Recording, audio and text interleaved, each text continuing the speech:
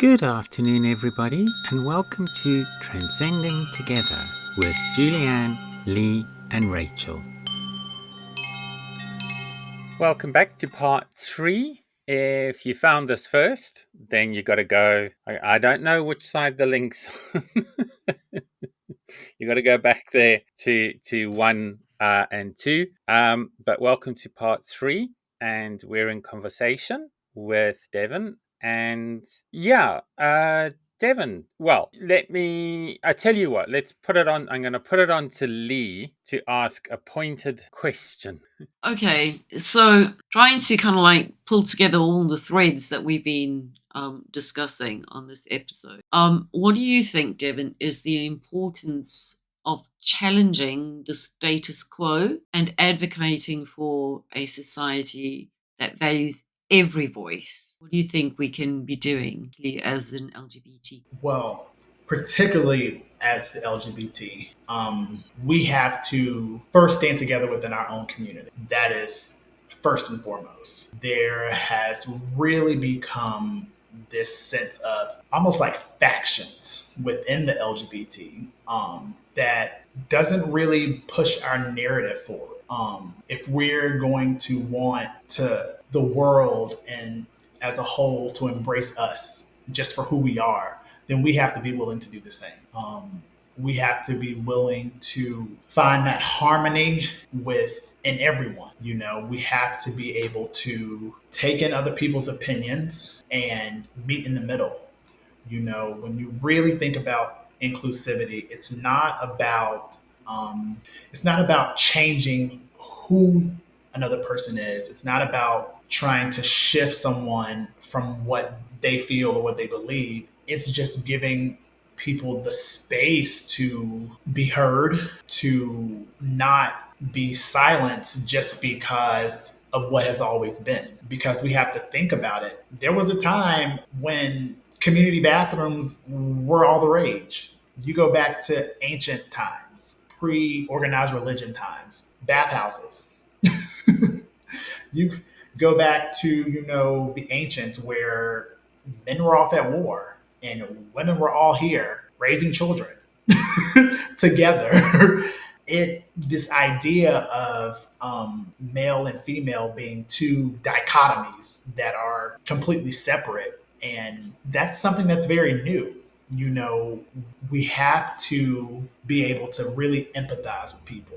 We have to be able to show compassion, and we have to be able to listen without trying to respond, but listening to understand, not to just form an opinion or to, contradict someone. And I know for me personally, I've struggled with that too, being inclusive as far as, things that I feel are taboo or things that I don't necessarily agree with or that I wouldn't necessarily practice myself. But at the same time, I had to give people that space to be like, you know what? Okay, thank you for explaining that. Really listening and really understanding, like open relationships and polygamy and all those different things. I really had to step back and be like, oh, all right, I see how that could work. I see how that understanding. I don't know if that would necessarily be something for me in my relationships, but I understand the need for that. I understand how a person would not want to just tie themselves to one person. And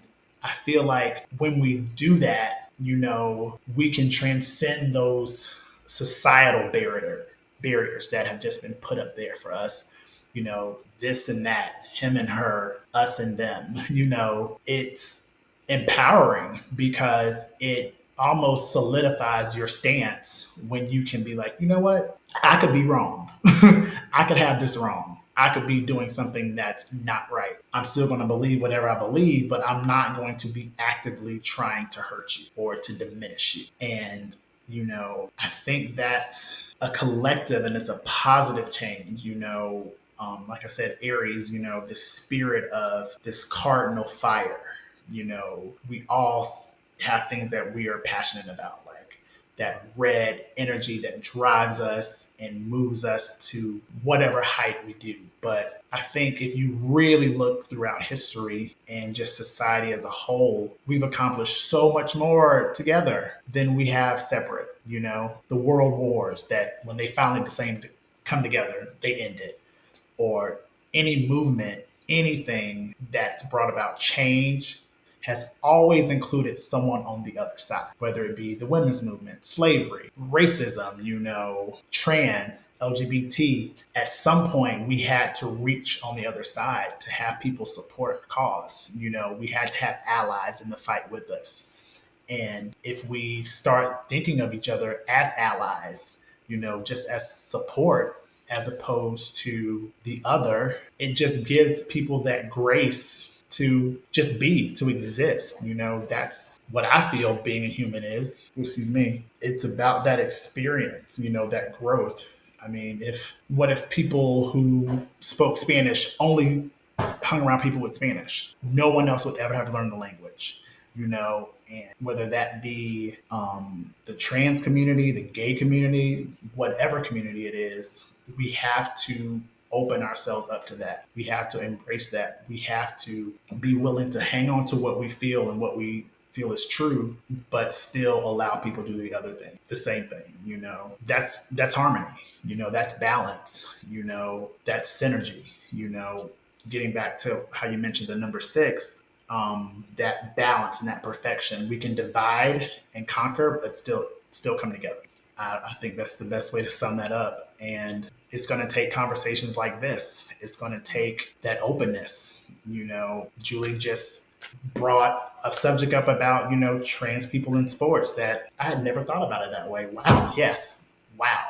They could really do that. They could just use this to divide even more when they really aren't the same. They're two different paths, but the status quo wasn't always a status quo.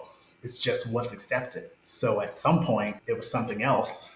And now it's shifted to this. So why stop shifting? We can transcend this space that we're in right now as a collective. And that's what's really needed. It's not that I want to go and transcend and be separate from you. No, let's come together. Let's come together and let's move forward and move higher, but do it side by side. And that's where the name of the show, Transcending Together, comes from. Exactly.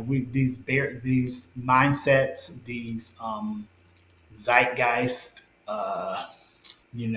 it just has the potential to drive so much positive change, so much collective lifting, whether it be the economy or whether it be women's rights. Like, men would go crazy right now if you made them get a vasectomy to not get a woman pregnant. Like, could you imagine if men had to take a pill that stopped them from getting a woman pregnant, but it's going to make you moody and it's going to make you gain weight?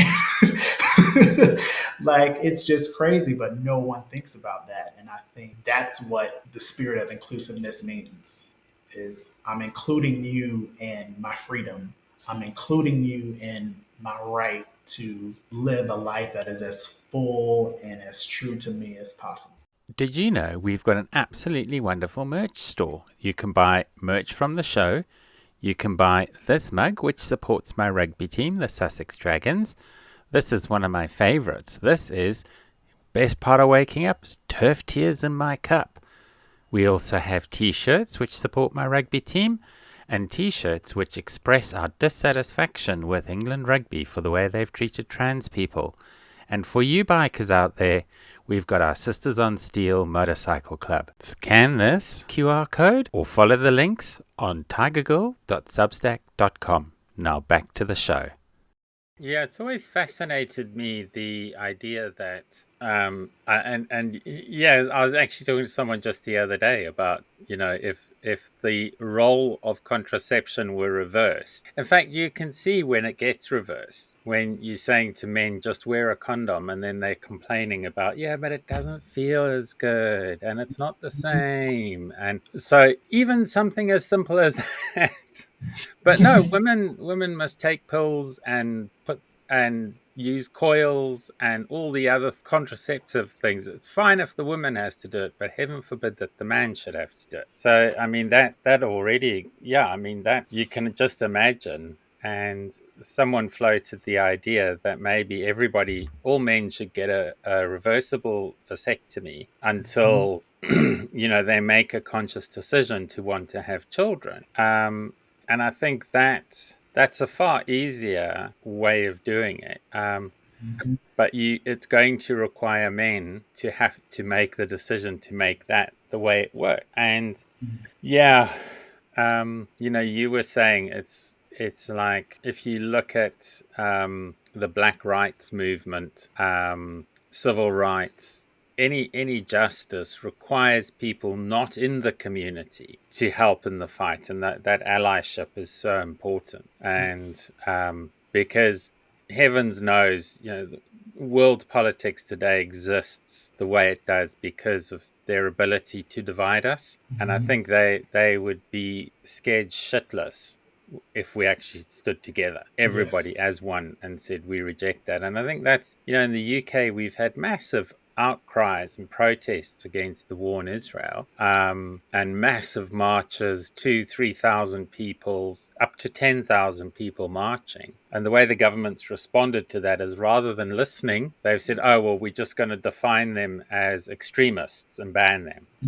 Yep. So the governments are not inclined to let us unite around things. I mean, even before the Second Gulf War, 1 million people marched on Parliament to tell Tony Blair, not in our name, and they did it anyway. And that's where I kind of have an issue with, peaceful protest only get you so far. I suppose we've got to be careful what we say. But, the reality is, and even that, they're rolling back in this country so far, where you're not allowed to be too noisy when you protest. The noise can cause offense. So never mind, you're not looting and you're not burning things and you're not breaking down doors. You're just chanting too loudly. And we've talked about this, Lee, haven't we? How it actually took the Sharpeville moment. It took the world seeing people being shot in the street at the Sharpeville massacre, the Sharpeville protest in South Africa, that actually got people to wake up and say, hang on a minute, something's wrong. But look at where we've come to. I mean, with Israel behaving the way they are, have we become that desensitized? Are we that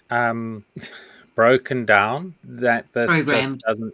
Yeah, why are we? I actually think if South Africa had oil and it was still a minority rule country, if it had oil and the interests served American interests, South Africa would still be an apartheid state. Very much so. Yep. Very much so.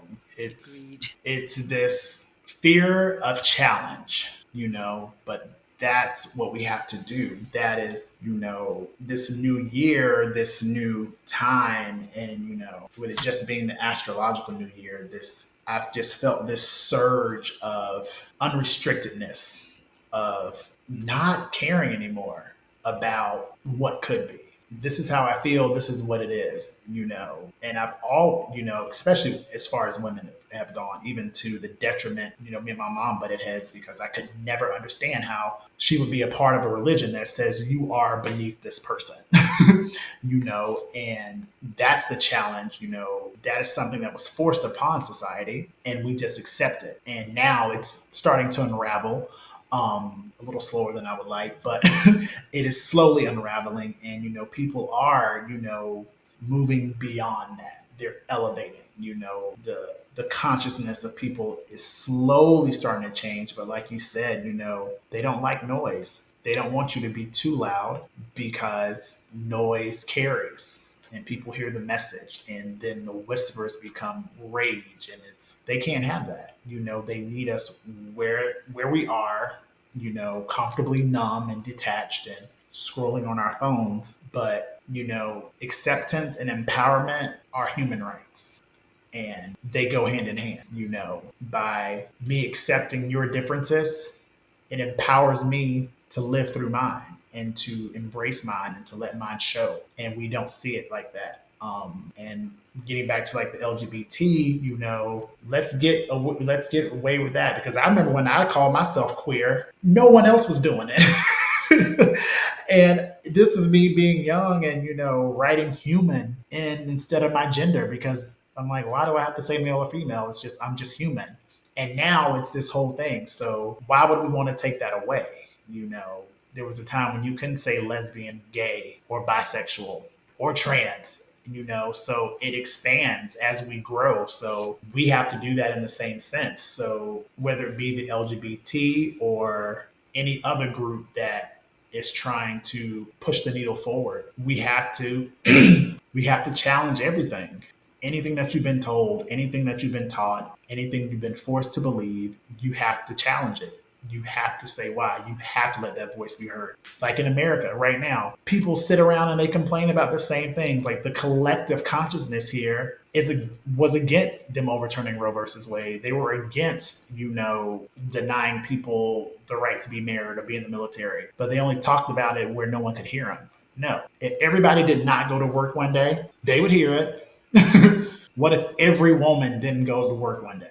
Or if every gay person didn't go to work one day? If just one group, one letter out of that spectrum, one group of them decided, I'm not going to do this, it would be impossible for them not to hear it. That's where we are as a society now. You know, it's not gonna be, I mean, we need paradigm shifts, and they are going to be hard coming, and you're going to have to fight for it. It's not as easy as it used to be to get people riled up and to really move, because people can be so unaffected. You know, they can see it and not see it. They can hear it and not hear it. You know, getting back to what you said about keep it in your house, some things need to be in the light. And the challenge of what we don't like needs to be heard, even if you're an ally, even if you're not directly connected to the situation. If you feel it's wrong, you got to say it's wrong. You know, 2024 is supposed to be the year of truth. So we need to let that truth ring more so than ever. Have you noticed, I'm not sure if this sort of ties in at all, but with it being the year 24 and 2 plus 4 is 6, Mm-hmm. is that kind of tied into your 6 thing? I know the conspiracy theorists were going nuts over the whole, it's the Illuminati, it's 666. What's it? It's this one, yeah. Yeah, all those different things. But people like once stereotypes that got put on it. But yeah, I love my life number is 6, and my birthday adds up to 24. They're both feminine numbers. You know, 2 and 4, the even numbers. You know, the duality. Yeah, it's just. I think it's all aligned. We got to embrace all those energies. We have to give equal space to everything, because that's harmony. You know. Yeah. Just like in my company, you know, there's 4 pillars: mental, physical, spiritual, and emotional. They have to be in balance. They have to exist in balance. 4 is the number of wisdom in Kabbalah. Well, 40, you know, all those different things, you know, or 11, you know, people say 1 and 1 is 2. No, 1 and 1 is 11, because we stand side by side with each other, both moving forward. Is synergistic. We have to be able to do that. We have to be able to exist alongside of people and still keep the path clear, as you said, you know, because there's more coming behind us. You know, what do we want to leave behind? What is the legacy? You know, How do you want to be remembered? We can only keep what we give away. So if I give away love, I give away empathy, when I'm dead and gone, that is what'll linger, you know? Yeah. I can't keep it. Yeah, so we are running out of time. Can't believe we've been talking for so long. It's really flown by. So let's try and wrap it there. We can always come back for a part 4. 5 and 6 another time. Definitely have you and Carly on the same conversation. I think it would not to create antagonism, but I just think I like to have discussions with people that don't necessarily agree with me, because I would rather discuss those differences in a safe place, in a safe space, than, you know, out in the public square. Lee, do you want to? Safe to say anywhere. That's the thing. We shouldn't have to resort to just 3 people sitting here. This shouldn't be the safe. True. You know what I mean? Yeah. Cool. Lee, do you want to close out? Any? Yeah. So my final thought would be, you know, the fire of Aries. It not only kind of fires up and symbolizes renewal, but it should also serve to inspire us to advocate for change, empower marginalized voices. Yes. And I think that's what we have to do. And Courage, leadership, yeah, and pioneers. That's what it's about. You have to do that. You have to be courageous in whatever it is, whether you're in the fight or you're supporting someone in the fight. It takes courage. It takes leaders. It takes people willing to go to jail for how long was Mandela in jail? 27 years. Just for belief. That takes leadership. That takes courage to put yourself on the line for something that you, in your heart and your soul, believe is right. Yeah. All right. Well, I'll close on a quote of Lee's because I've been wondering if she would say it, but she didn't say it. So I'm going to say it. But I did hear it from Lee first. And that is, if you want to go fast, go alone. If you want to go far, go together. Go together. And on that positive note, we shall close out the show. Thank you, everybody, for watching and spending time with us. And hopefully you will get to see Devin back on again sometime soon. It was a really good show. Thanks, Devin. Thank you so much Thank you, for having Devin. me. You're very welcome. Thank you so much. Thanks. Bye. Bye.